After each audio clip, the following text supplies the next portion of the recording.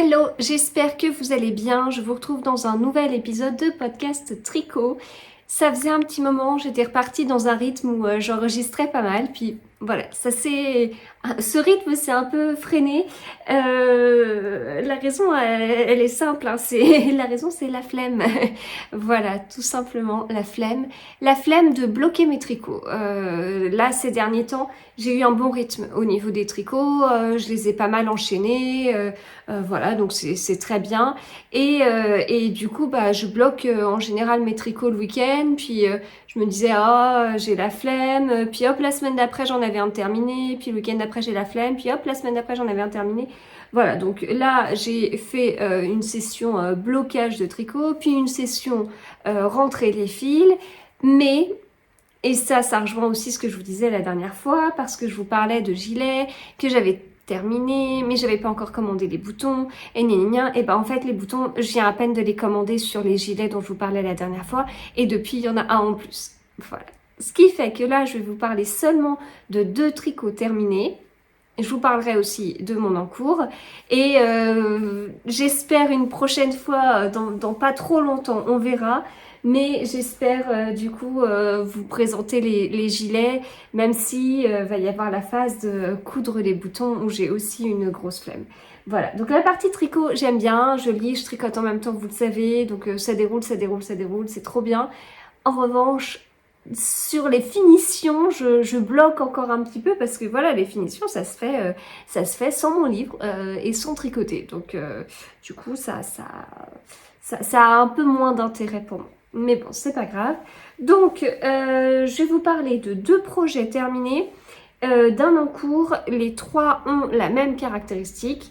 Ce ne sont que des modèles avec du mérino, non pas que du mérino, mais en tout cas un fil d'épaisseur fingering et du mohair. Et le mohair, il est systématiquement de la même marque, c'est Kid Silk de Drops. Hop, elle est à l'envers. Voilà.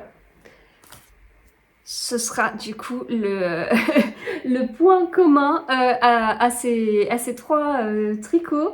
Je ne m'en lasse pas et en fait j'ai encore ouvert mon armoire tout à l'heure, je voyais les piles de gilets et pulls en fingering et puis les piles de gilets et pulls en grosse laine. Donc voilà, là je suis plutôt en train de me dire quelle couleur est-ce qu'il me manque pour que je continue à faire ça. Voilà. Alors par contre, je commence à être un petit peu à court au niveau modèle parce que moi, je tricote un petit peu lâche. Alors beaucoup moins qu'avant, mais je tricote quand même un petit peu lâche. Et quand j'ai un mélange comme ça de fingering avec mohair en épaisseur lace, moi, j'obtiens pas un échantillon de 20-21 mailles. Peut-être pour un mélange en particulier, mais bon, ça s'explique à cause du fil fingering, mais j'obtiens pas en fait cette épaisseur-là. Ce qui fait que je passe à côté de pas mal de modèles qui sont tricotés justement avec fingering plus mohair en épaisseur lace et qui sont certainement tricotés par des personnes qui tricotent beaucoup plus serré que moi. Donc moi, pour avoir un échantillon de 20-21 mailles, il faut vraiment y aller, quoi. C'est pas comme ça que je l'obtiens. Donc donc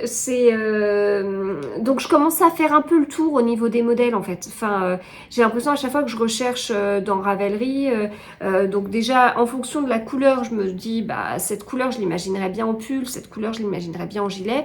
Donc je filtre sur ça. Après je filtre sur les modèles qui contiennent du mohair avec une épaisseur, vu mon échantillon, je vais sur DK voire au-delà, alors que c'est vrai que normalement fingering plus lace, ça devrait donner une épaisseur sport et pas une épaisseur DK. Or, moi, vu comment je tricote, je suis plutôt sur un échantillon semblable à de la DK.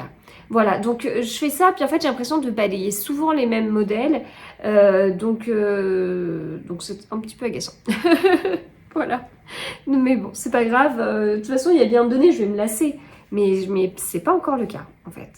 Je ne me lasse pas encore.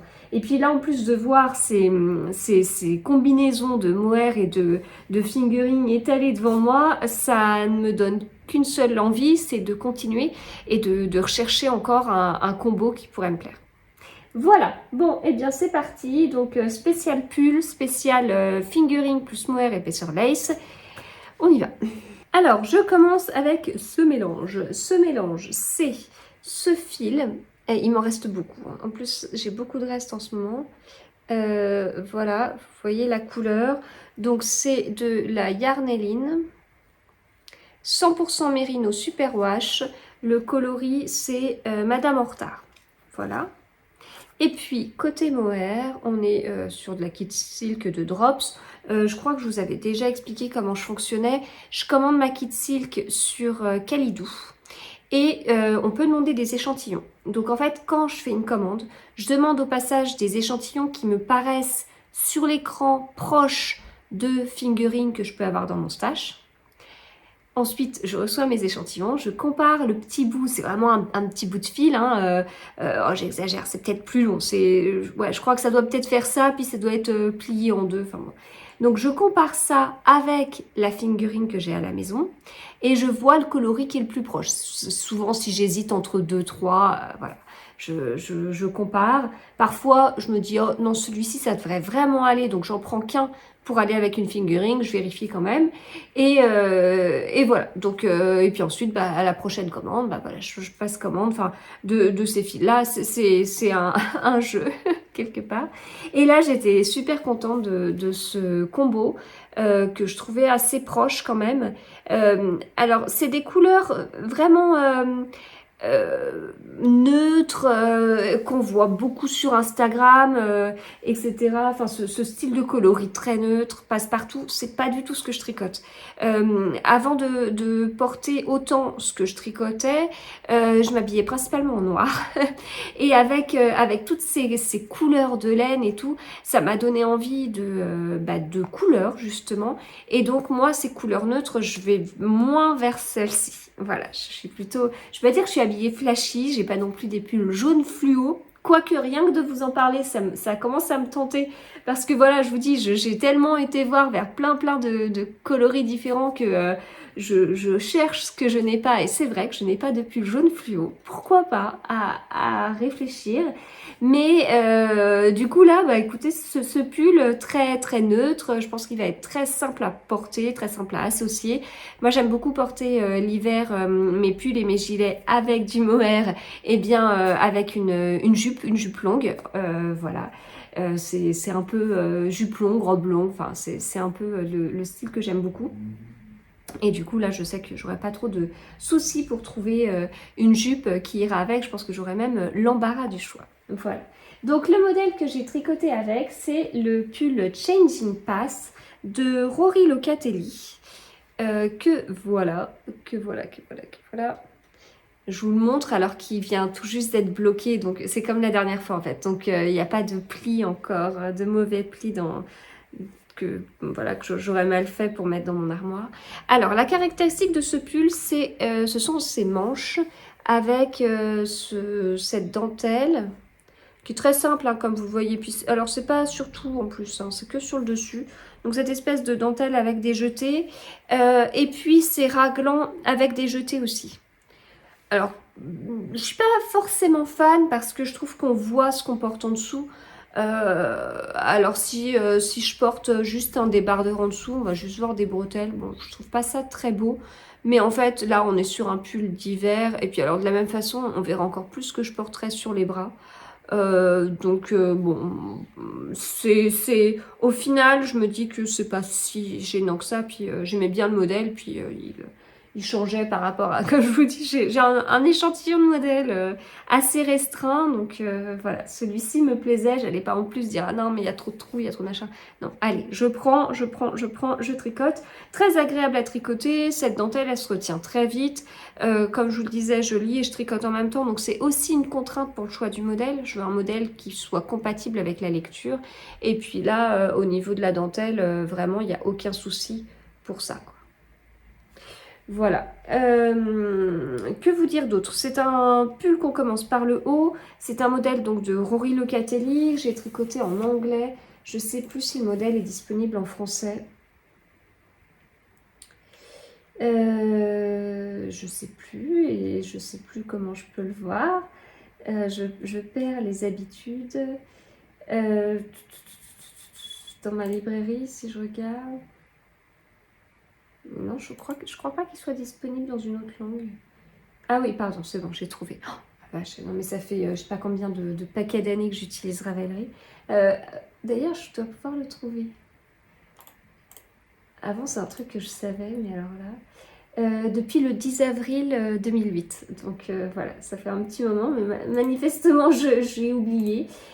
Donc voilà, le modèle est disponible que en anglais. Alors, moi, je tricote en anglais depuis que j'ai découvert Ravelry, donc depuis 2008. Je suis pas bilingue, ah, vraiment pas. C'est pas... Encore moins à l'écrit, j'ai envie de dire. Et donc, bah, je m'y suis mise parce qu'il y a tellement de modèles en anglais qui me plaisent que je voulais pas passer à côté. Et j'ai trouvé que c'était extrêmement simple. Je m'étais aidée à l'époque d'un dictionnaire sur le site Tricotin, mais je pense que maintenant, vous devez trouver beaucoup plus de choses que ce qu'il pouvait y avoir. Et je trouve que c'est beaucoup plus simple de tricoter en anglais que de tricoter un modèle en français, parce qu'en français, on a un petit pavé pour chaque rang. Des fois, c'est pénible de lire ce pavé, on ne sait plus où on en est. En anglais, il y a tellement d'abréviations et tout que sur un rang, on a juste une ligne en fait. Enfin, bon, j'exagère, mais c'est très... ils ont réussi à aller loin au niveau des abréviations et voilà, ça c'est bien. Donc, par exemple, pour dire tricoter une maille à l'endroit, bah, tricoter une maille à l'endroit, dans un modèle en français, on aurait M, plus loin END, et bien en anglais, on a K. Voilà, ça suffit. K, knit. Knit, ça veut dire faire une maille à l'endroit. Si on veut faire une maille à l'envers, nous, c'est M, plus loin ENV, et en anglais, c'est P. P pour pearl, et pearl, c'est tricoter une maille à l'envers. Voilà. Donc on voit par exemple K18, il faut tricoter 18 mailles à l'endroit, puis P18, il faut tricoter 18 mailles à l'envers, enfin ça va super vite. Donc forcément le premier modèle, faut peut-être un peu, enfin c'est pas encore fluide bien évidemment, la première fois qu'on tricote un modèle en anglais si on n'est pas bilingue. Il y a souvent du blabla en anglais au début des explications et tout, un peu de contexte et tout. Alors moi déjà, j'ai tendance à foncer tête baissée dans les explications. Je cherche le CO qui veut dire caston, qui veut dire monter des mailles. Je cherche où est mon CO pour rabattre, c'est bind off. Donc après à la fin on a le BO, rabattre les mailles et voilà, c'est terminé. Donc je cherche le CO où il est, donc je passe derrière des paragraphes d'explications, derrière des abréviations, derrière des trucs comme ça, des explications de points avant de trouver mon CO, puis après j'y vais et je fonce. Moi j'ai tendance à fonctionner comme ça, que le modèle il soit, qui commence par le haut, par le bas, enfin tout ça je m'en fiche en fait. Mais je sais qu'il y a des personnes qui aiment bien faire ça, qui aiment bien lire les explications avant, qui aiment bien comprendre comment ça peut fonctionner. Moi, j'ai tendance à me dire, de toute façon, ça marchera.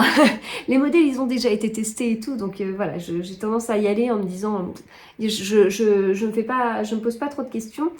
Mais pour les personnes qui aiment bien avoir le pourquoi du comment, avoir la philosophie du modèle avant de commencer et qui veulent comprendre ces petits paragraphes, eh ben, vous faites un copier-coller dans Google Traduction et vous avez la traduction. Voilà, donc même sans être bilingue, même si vous avez besoin de ça, il n'y a aucun souci. À noter que le modèle se tricote normalement avec un fil DK et un fil de mohair en épaisseur lace pour obtenir un fil worsted avec un échantillon de 18 mailles. Moi j'ai obtenu ça avec un fil fingering et un fil épaisseur lace. Comme je vous dis, je tricote un petit peu lâche. Voilà pour ça, on commence par le haut, petits rangs raccourcis qui sont assez fins. Franchement, j'ai eu un peu de mal lors du premier essayage pour voir où était l'endroit de l'envers. En fait, l'endroit, c'est là où j'ai mon col qui est arrondi. Voilà. Et l'envers, c'est là où j'ai le col qui est plutôt droit. Mais j'ai pas une grande différence. On n'est pas sur un col comme ça. Hein. On est sur un col assez proche du cou. Mais je vais vous montrer ça parce que je vais l'essayer. Ça va, c'est pas comme s'il faisait 30 degrés. Non, mais rien que les essayages de pull en mohair, là, même pour faire des photos, c'est pas évident. Hop! Un peu plus serré que ce qu'il y a sur le modèle et ça me convient parce que sur le modèle, les bras, les manches étaient très lâches. Donc là, c'est pas le cas, elles sont plus fitées. Aussi par rapport à mon rythme de diminution, certainement par rapport à mon échantillon aussi qui était peut-être pas très exact, mais maintenant j'ai aussi la flemme niveau échantillon. En fait, j'ai la flemme niveau tricot.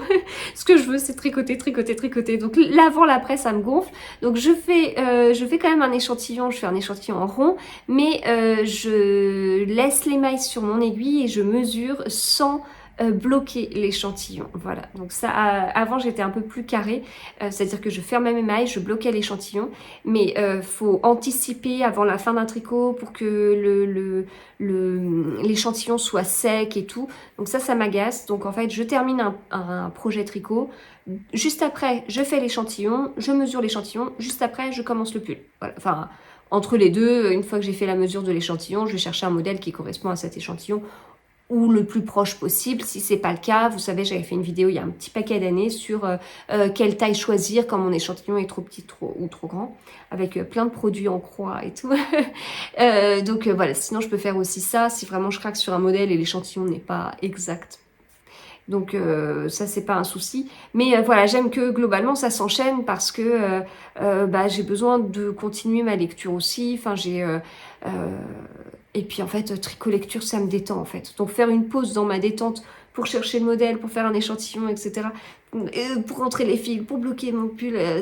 En ce moment j'ai du mal, mais c'est aussi parce qu'en ce moment j'ai vraiment un quotidien qui est très très chargé et donc si je m'ajoute des contraintes sur mes loisirs en plus, c'est voilà, donc ça m'embête un petit peu, mais je pense qu'on sent aussi qu'il y a je le sens, j'ai un gros besoin de vacances, de couper en fait, parce qu'il y a trop. Voilà, donc tout ça pour vous dire que il est plus fité, il est plus serré que le modèle d'origine. Et je vais vous montrer, hop, avec une petite robe cousue main. Même si je fais plus de couture, je continue à apprécier ce que j'avais cousu il y a un petit moment.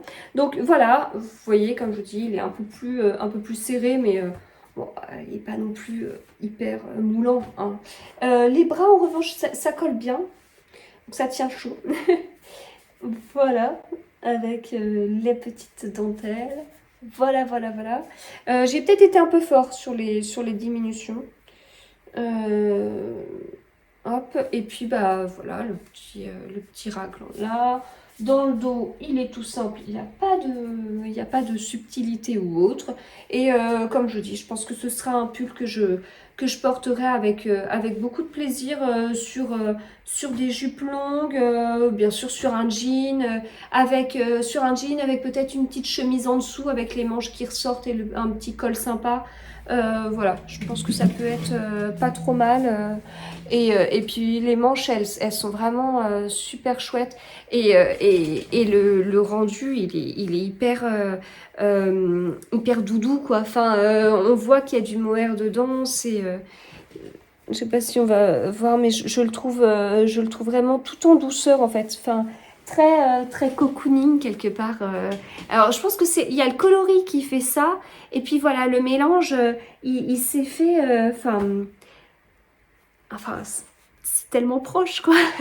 C'est tellement proche au niveau des couleurs, ça se fond tellement, et on n'a pas l'impression qu'il y a deux fils ensemble en fait. Ça se fond tellement, on a presque l'impression que c'est qu'un seul fil qui est déjà tout poilu quoi. Donc voilà mon nouveau pull. Donc comme je vous disais là, au niveau du col, on n'est pas sur un col comme ça, hein, pas du tout. Il remonte, mais ça reste quand même féminin, c'est pas trop comme ça. Mais ça aurait peut-être été bien d'avoir un petit peu plus de rangs raccourcis en plus. Bon, le début, je ne vais pas dire que ça demande de la concentration parce que vraiment, je vous dis, je tricote et je lis en même temps et je ne me suis pas interrompue dans ma lecture pour faire ça.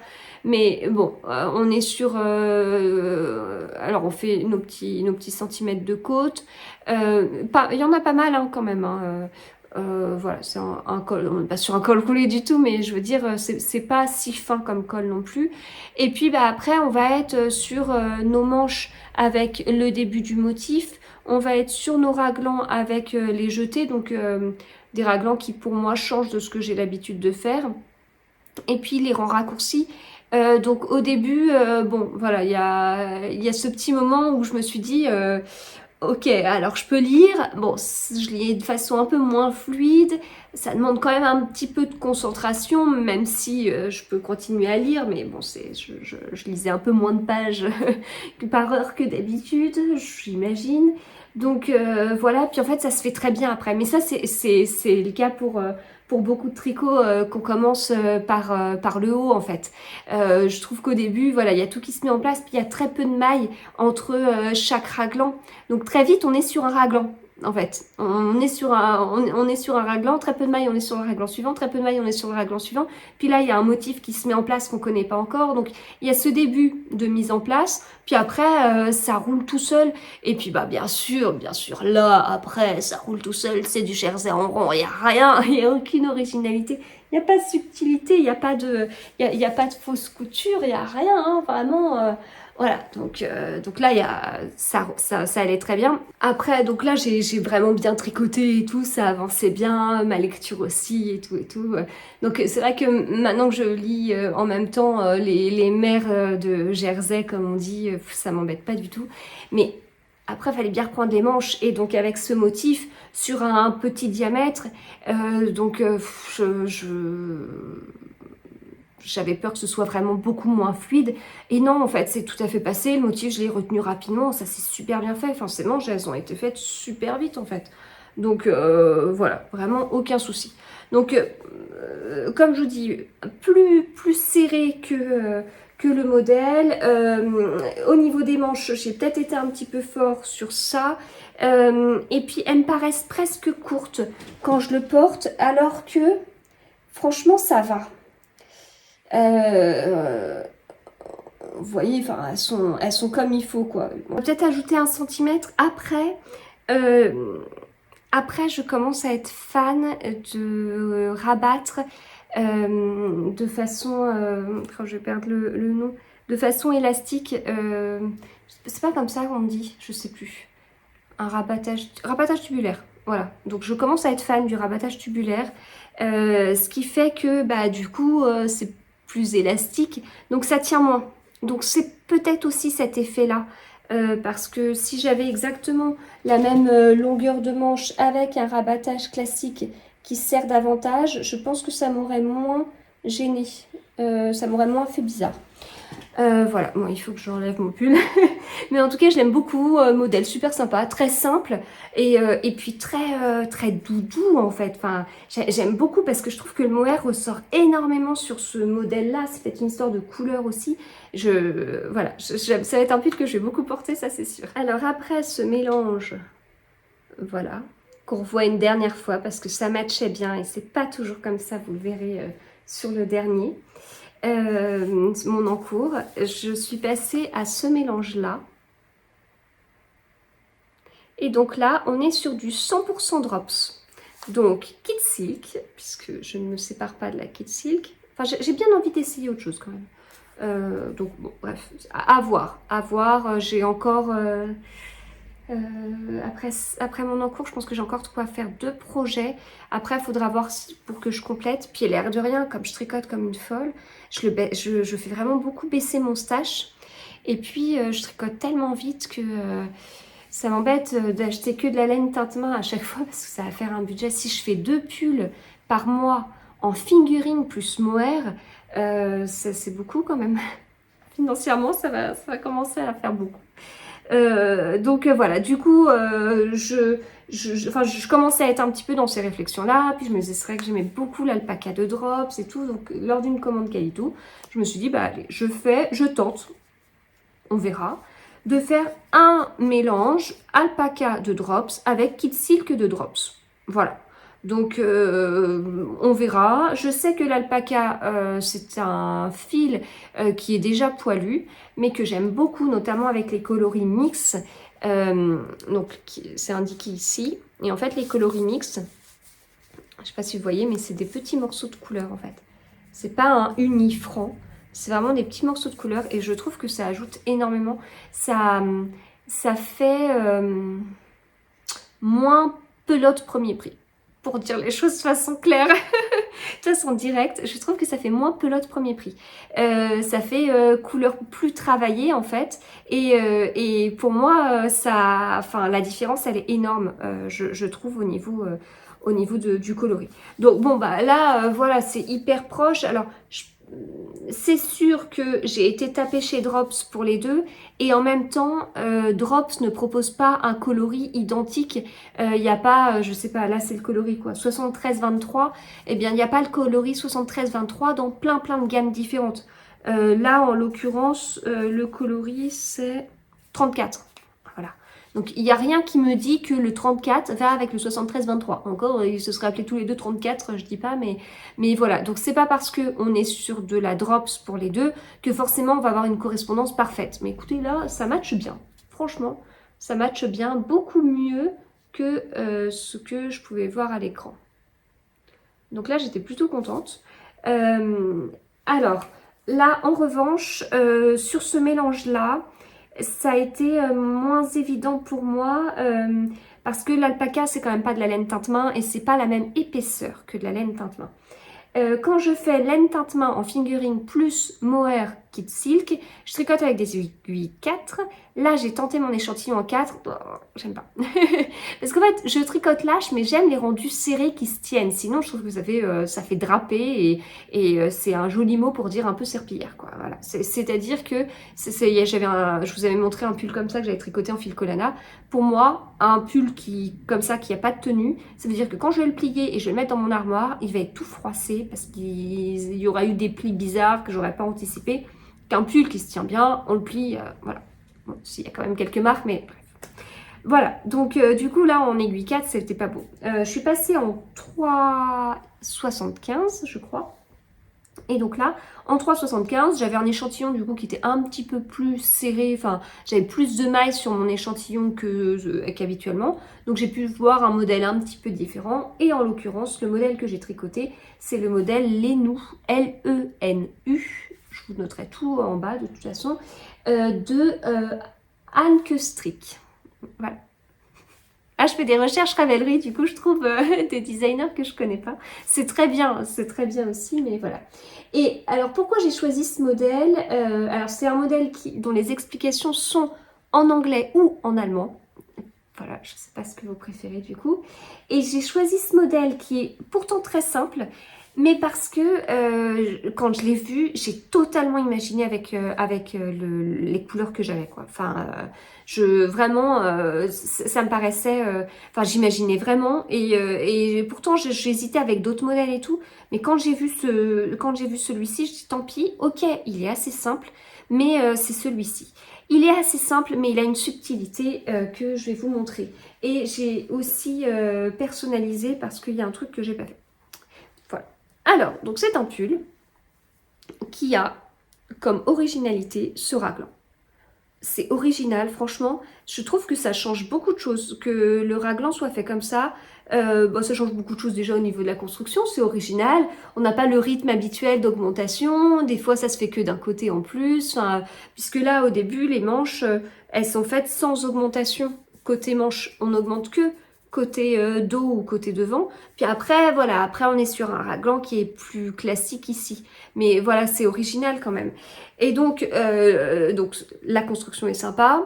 L'originalité, c'est cette dentelle qu'on commence à connaître beaucoup. Hein, cette dentelle qui est mise sur le milieu du pull.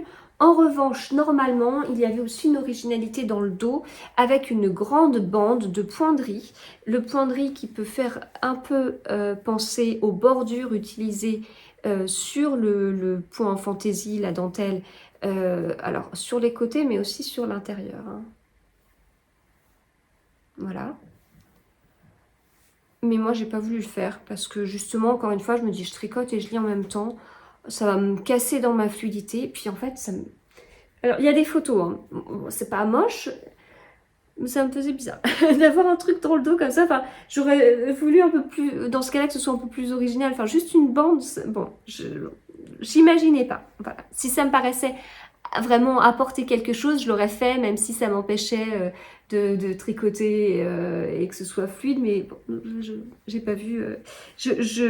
Personnellement, je n'ai pas trouvé un intérêt incroyable. Alors, je vais vous le passer.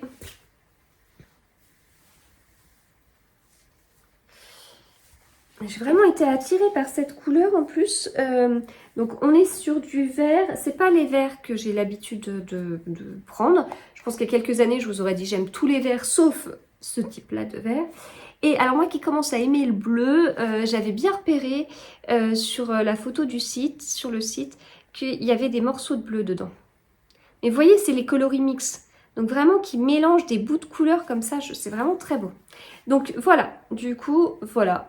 Et franchement, enfin c'est nickel quoi. Je suis contente parce que c'est quand même, enfin c'est de la laine pas chère, on est sur que de la drops et tout ça, et ça rend bien. Alors certes, on pourra discuter du rendu, du fil dans un petit moment. Après, en fait, que ce soit de la laine teinte-main ou de la laine pas teinte-main, je commence à avoir une petite collection dans mes armoires. À un moment donné, ça peluche. Hein. Quoi qu'il en soit, ça peluche. Le fil teint-main n'est pas non plus indestructible. Et sur un mélange comme ça, voilà, ça me gêne moins. Sur uniquement un pull ou un gilet en fingering, là je trouve que la différence elle est énorme. Sur un mélange comme ça, bon, écoutez, on verra à quel point je porterai. Puis en fait, il y a le pull secret d'Atelier Emily qui est peut-être le premier pull que j'ai fait avec un mélange mérino, fingering et mohair en lace. Et c'était de la bébé mérino de Fonty avec de la kid silk de Drops. Et il tient bien. Et je le mets beaucoup. Alors, certes, c'était dans du noir, donc c'est peut-être un peu différent et tout, mais bon, voilà. Donc, tout ça pour dire que je reste fan des laines teinte-main, mais parfois, quand on tricote autant que moi, il faut faire des choix. Alors, là, la longueur des manches, elle est bien. En fait, franchement, on est peut-être sur... tout à l'heure, ça s'arrêtait peut-être là. Hein. Donc, en fait, c'est peut-être plus d'1 cm qui me manque sur l'autre. Mais hors de question que je rattrape les manches et que je fasse, plus long parce que c'est le genre de truc qui m'agace en fait. Donc je vais garder les manches comme ça et puis je verrai. De toute façon, il faut déjà que je passe un hiver avec pour voir si ça me gêne beaucoup sur l'autre pull. Donc voilà, au niveau des manches, très simple, hein, vous voyez, il n'a pas une énorme originalité. C'est un pull tout simple, comme je vous dis, dans le dos, moi j'ai rien fait. Donc vraiment, j'ai les endroits, etc. Et puis au milieu, on a cette bande de dentelle qui fait tout. Et puis ce raglan en fait, qui est super sympa. Je le trouve, je le trouve chouette. Ça, vous l'avez compris, parce que ça fait 50 fois que je vous le dis. Mais c'est pas mal. Ça change. Ça change beaucoup. Peut-être un petit peu plus féminin que parfois les raglans qui donnent cette impression de grosses épaules, en fait. Là, c'est peut-être un peu plus féminin. Voilà. Mais vraiment très sympa. Et puis la couleur, elle est chouette. Donc comme je vous dis, à voir dans le temps et tout. Ça reste de la laine drops. Mais du coup, on est sur quelque chose de très poilu. Parce que l'alpaca, comme je vous disais, c'est déjà un fil qui a des poils. Hop. Focus, focus, focus. Déjà un fil poilu. En même temps, l'alpaca, la compo, c'est... Je la trouve pas. Ah si, 100% alpaca. L'alpaca, c'est 100% alpaca. Donc ça, plus du mohair, c'est pas mal. Pendant longtemps, ce fil a été vraiment mon préféré de chez Drops. L'inconvénient, en revanche, c'est que le rendu, même si je suis passée sur des aiguilles plus petites que ce que je comptais faire au début, le rendu n'est pas si régulier que ça. Et ça, c'est vraiment une caractéristique du fil alpaca. Pourtant, quand on le regarde comme ça, il paraît régulier. Mais en fait, quand on le tricote, effectivement, il y a ce côté un peu pas régulier. Voilà. Donc, écoutez, je suis contente de mon pull. Non, mais je l'aime beaucoup. Je l'aime beaucoup. Je l'aime vraiment beaucoup. Et puis ça se voit, ce côté avec du mohair. Mais en fait, ça fait comme celui que je vous montrais avant. Il fait très douillet. Hein, voilà. Je vais pas dire que j'ai hâte qu'il fasse froid parce que j'aime trop l'été pour ça, j'aime trop la chaleur. Mais il sera agréable à porter, je pense. Plus long aussi, vous avez peut-être vu, plus long que le précédent. Ce qui fait que c'est deux pulls avec un mélange similaire. Un avec de la laine teinte-main, un avec que de la laine drops. Modèles différents et tout. Et en fait, c'est pas la même chose. Ça veut dire que je peux tricoter 50 000 pulls. Ça, c'est pour me rassurer dans ma folie de pulls avec du mohair. Mais je pourrais en tricoter 50 000. Au final, bah, écoutez, il y a toujours quelque chose de différent, c'est pas la même chose, il y a des subtilités, etc. Mais là, c'est quand même davantage que juste des subtilités. La construction est différente, le motif est différent, la couleur est différente. Voilà, mais je sais plus si je voulais vous dire d'autres choses. Non, je vous ai dit l'histoire du dos. Non, bah écoutez, moi, voilà, j'aime bien ça. Donc alpaca, ça faisait longtemps que j'avais pas tricoté. Comme je vous disais, c'était ma couleur préférée avant. Énorme choix de couleurs, énorme choix de couleurs. Mais voilà, je vous conseille vraiment les coloris mix qui sont comme ça des petits mix de couleurs tout en subtilité. Non, je crois que j'ai fait le tour. Ça me semblait que je voulais vous dire un truc, mais je sais plus. Ça me reviendra peut-être après. Voilà. Et de la même façon, hein, j'ai fait un rabattage tubulaire. Mais là, ça me gêne pas. Ouais, les manches sont quand même un peu plus longues. J'ai peut-être été un peu fort sur l'autre. Bah, quand je l'ai terminé, l'autre me paraissait tout petit. Le blocage a permis de prendre ses aises, mais peut-être qu'il manque un petit bout, un petit truc au niveau des manches. Voilà, bah, du coup c'était les deux pulls terminés que je voulais vous montrer. Et puis bah, je vais vous montrer maintenant mon encours qui est également un pull. Alors l'avantage, comme je ne design plus, c'est que je m'amuse à tricoter les designs d'autres créatrices. Et c'est hyper enrichissant parce que ça me permet de découvrir des petites choses, il y a des petites astuces des fois, les explications sont différentes. Puis là, retricoter des modèles écrits en anglais, ça me fait beaucoup de bien, ça faisait longtemps. Et c'est encore le cas avec le modèle dont je vais vous parler. J'avais pas du tout en tête que c'était 3 modèles écrits en anglais. Donc 3 modèles écrits en anglais, 3 pulls avec fingering plus mohair en épaisseur lace. Beaucoup de points communs. Là, il s'agit du pull Roa, R-A-U-H-A, et pas R-O-A, de Sari Nordlund. Sari Nordlund, c'est une créatrice que j'aime beaucoup, que je suis depuis un petit paquet d'années, qui design beaucoup de choses différentes en plus. Et voilà, j'aime bien. Alors, il y a un pull qui m'avait tapé dans l'œil, je vous en avais parlé il y a un moment, que j'ai jamais tricoté, parce qu'il est fait en morceaux. Et j'arrive peut-être là, justement, dans mon encours, à un moment où on aurait peut-être pu faire en sorte qu'il n'y ait pas de couture après. Mais bon, c'est pas grave. Écoutez, je suis bêtement les explications, puis après je pleurerai. Ah, j'ai perdu plein de mailles. Alors, attendez, je rattrape ça, puis je vous montre après. Alors, donc, le pull roi de Sari Nordlund.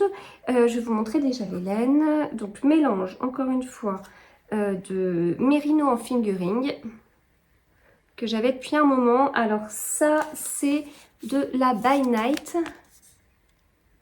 On voit que je les avais dans mon stage chez un petit moment, parce que l'étiquette qui est en papier est toute froissée. Donc qualité Supernova avec teinture au Garance aînée. Voilà, 100% Mérino Superwash. Un peu épaisse quand même. Et puis mon mohair qui est de la Kit Silk de Drops, le voilà. Alors, franchement, là, on se dit, mais c'est quoi ce truc ? C'est quoi ce truc en fait? Je vous ai présenté un mélange, un ensemble parfait, parfait, très proche quand même. Et là, je vous montre un truc qui va pas du tout. Pour choisir le mohair, j'ai fait comme ce que je vous disais. J'ai pris un échantillon sur Calidou. J'ai comparé l'échantillon à mon fil. Et quand je l'ai comparé, je me suis dit, ça va, c'est pas trop mal. Bon, ensuite j'ai reçu le mohair et je me suis dit, oups. Et puis j'ai commencé à tricoter. Et en fait, bah, je trouve que ça va. Je vais vous montrer juste cette partie-là pour l'instant.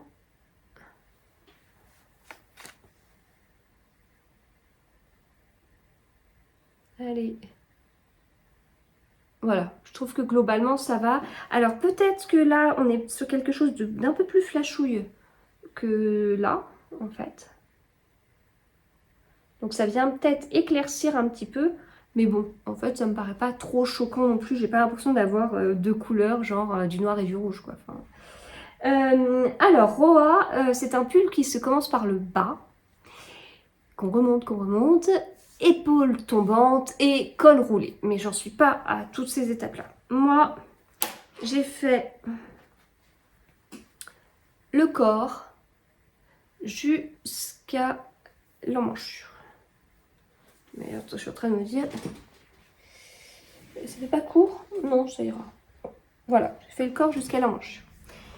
Cette torsade, elle paraît pas mal, un peu travaillée et tout. Et j'adore, en fait.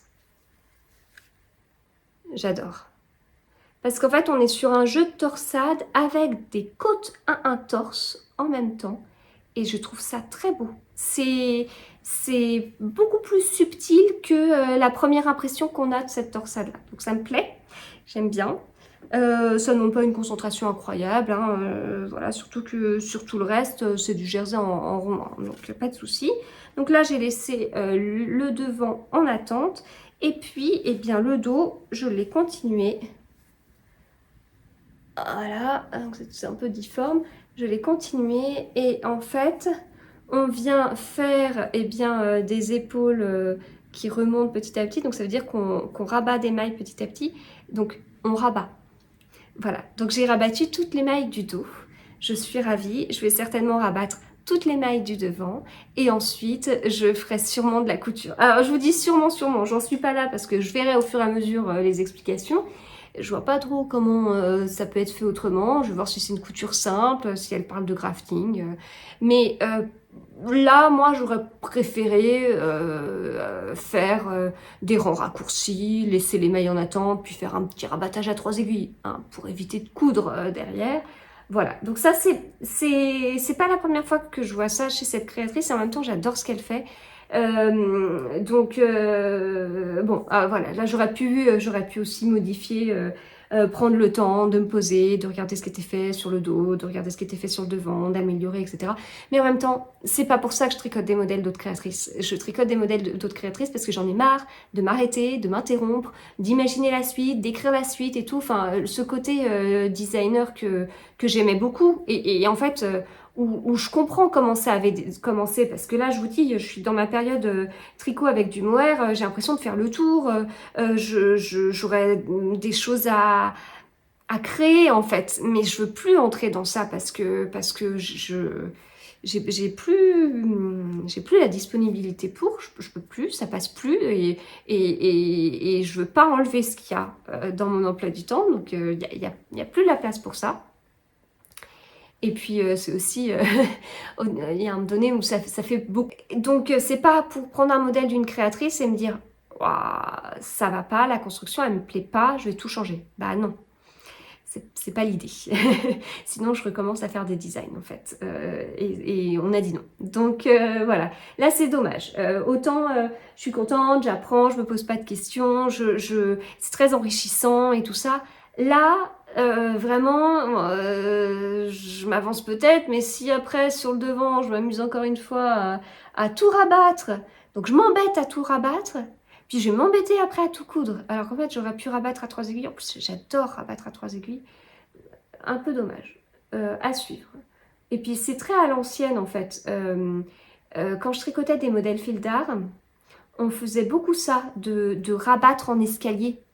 Et on voyait hein, sur nos modèles, hein, c'était en escalier. Alors là, il y a une petite subtilité pour éviter que ce soit en escalier. Elle nous dit comment rabattre, juste la première maille, on vient la glisser, gna gna, enfin voilà. Mais bon, voilà. Voilà. Bah écoutez, je continue mon pull. Là, je vais passer sur le devant, je vais récupérer mes mailles. Je vais donc avoir cette torsade à continuer à l'endroit et à l'envers, alors que jusqu'à présent, je tricotais en rond. Donc, elle va revenir souvent, cette torsade. Autant là, mes rangs en aller-retour sur le dos, ça allait assez vite. Autant là, la torsade, elle fera faire une petite pause. Mais bon, globalement, il n'y a pas grand-chose à faire. Hein.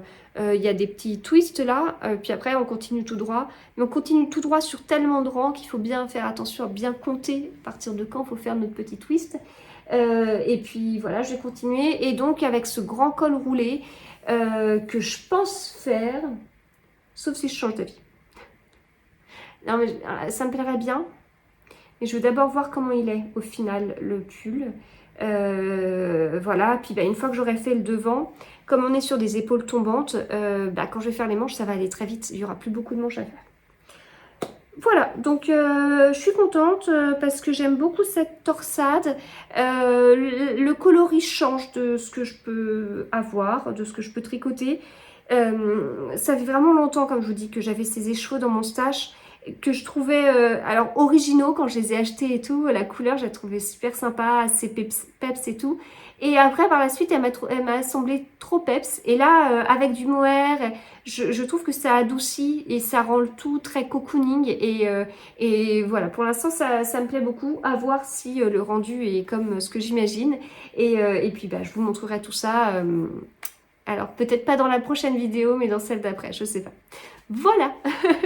Je vais m'arrêter là. J'espère que cet épisode vous a plu. Moi, ça m'a fait plaisir de vous retrouver et d'enregistrer, et puis de blablater et tout. Puis, du coup, j'attends vos retours en commentaire parce que j'ai parlé sur plein de trucs, mais je veux bien avoir vos avis, ce que vous en pensez, ce que vous tricotez. Enfin, voilà, que ça enchaîne avec des discussions. Parce que quand on tricote, on est souvent isolé et ça fait du bien d'échanger sur tout ça. Puis on se pose des questions, on fait des choix du coup, mais peut-être qu'on va dans une mauvaise direction. C'est toujours intéressant de prendre des avis à droite à gauche aussi. Bon, eh bien je vous souhaite de très bons moments tricot et à bientôt.